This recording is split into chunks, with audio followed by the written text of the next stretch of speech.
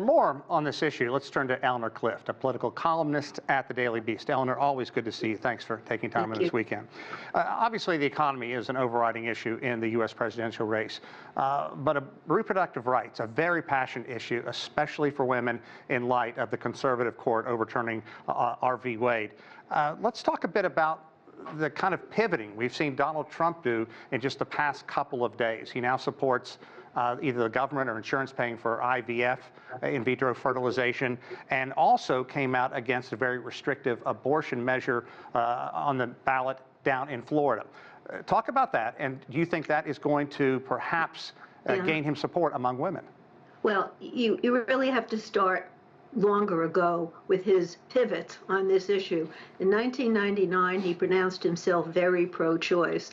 And then when he began to seriously look at running for the Republican nomination, and the party had moved increasingly to restrict access to abortion, he then pronounced himself pro-life. And in fact, he won the presidency in 2016 by promising to name pro-life justices to the Supreme Court. And he kept that promise, 3 of them, and they then overturned Roe v. Wade, which had been in place for almost 50 years, throwing our politics and health care into turmoil.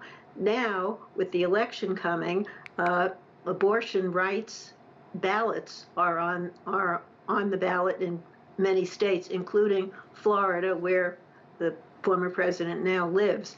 And the measure that's on the ballot would ensure abortion access until viability, some 24 weeks, I believe.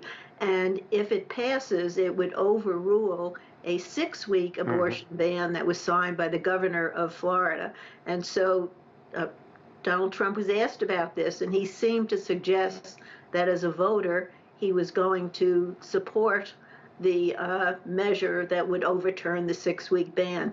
And that got his pro-life supporters very upset, understandably so. So now he's saying, he didn't mean to say he's going to, vote for it, and he's repeating his pledge that abortion rights is a decision made by the states.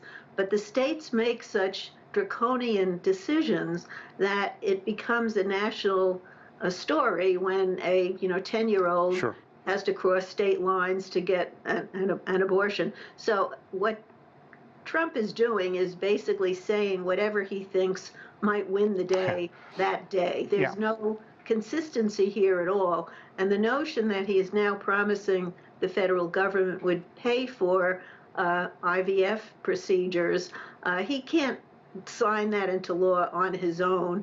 It would cost billions of dollars. It's highly unlikely that would ever be in place. But it shows you how desperate he is to reverse the trend here. I mean, this is an issue that brings out people of both genders, but for women under age 45, the polling shows that it is more important to them than the economy. And so it's a huge issue coming up in the election.